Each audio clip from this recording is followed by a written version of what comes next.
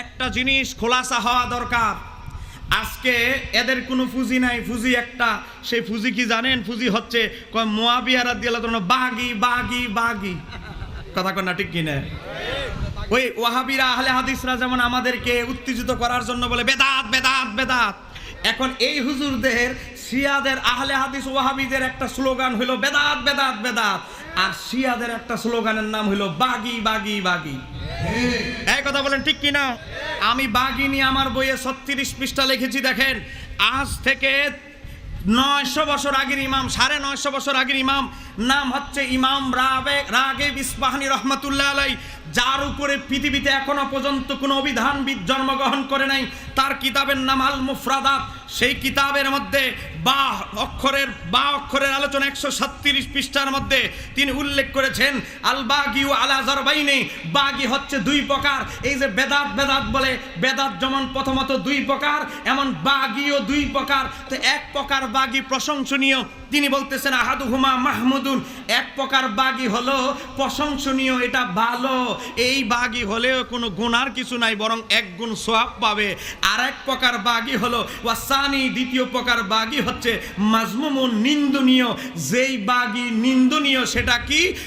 আমার বাবারা ভাইরা বলতেছেন আল হাক্কি ইলাল বাতিল, হক বাতিলের জন্য।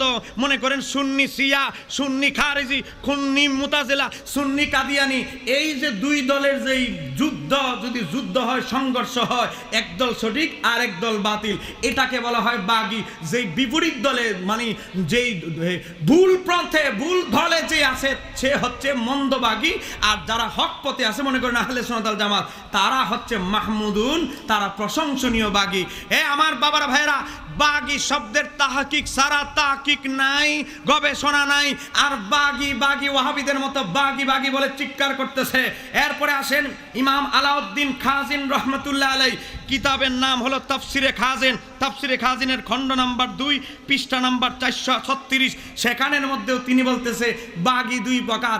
এক প্রকার বাগি হচ্ছে মাহমুদুন, প্রশংসনীয়, যেই বাগির আওতায় ছিলেন হযরতে আমিরে মুয়াবিয়া রাদিয়াল্লাহু তাআলা আনহু।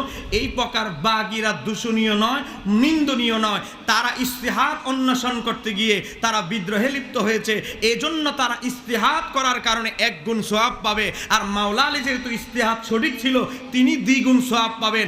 আজকে বাগিয়ে মাহমুদুনকে আজকে বানাই দিতেছেন মাজমুমুন, নিন্দনীয় বাগি। বাগির প্রকার জানে না। এই ভৈরবের জমিনে জীবনে এই কথিত শিয়ারা জীবনে বাগির প্রকার আছে, এটাও জীবনে তারা বলে নাই। কথা বলেন ঠিক কিনা? আজকে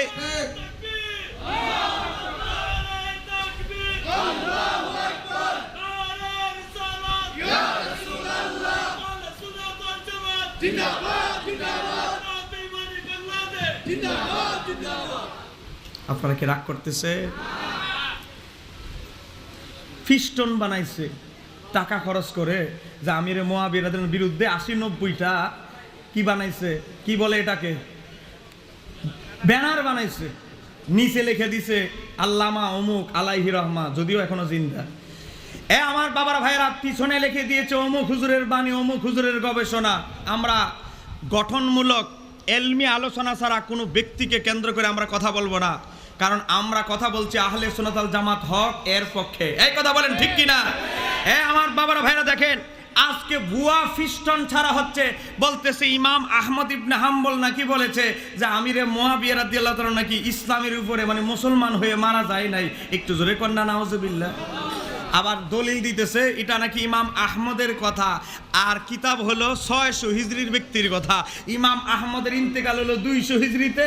যেই কিতাবের নাম নিচে লিখে দিয়েছে, এই কিতাবের লেখক হলো 650 হিজরির, মানে ইমাম আহমদ কবর দেশে চলে যাওয়ার 450 বছর পরে, যেই ব্যক্তির সাথে ইমাম আহমদের জীবনে দেখাই হয় নাই। আমার বাবার ভাইরা, আজকে ইমামদের নামেও মিথ্যাচার করা হচ্ছে। যে ইমাম আহমদ ইবনে হাম্বলের নামে মিথ্যাচার করা হচ্ছে, সেই ইমাম আহমদ ইবনে হাম্বল, তার কিতাবের নাম মুসনাদে আহমদ। সেই মুসনাদে আহমদের মধ্যে ইমাম আহমদ ইবনে হাম্বল টোটাল 111টা হাদিস হযরতে আমির মুয়াবিয়া থেকে বর্ণনা করেছে। একটু জোরে বলেন না মারহাবা।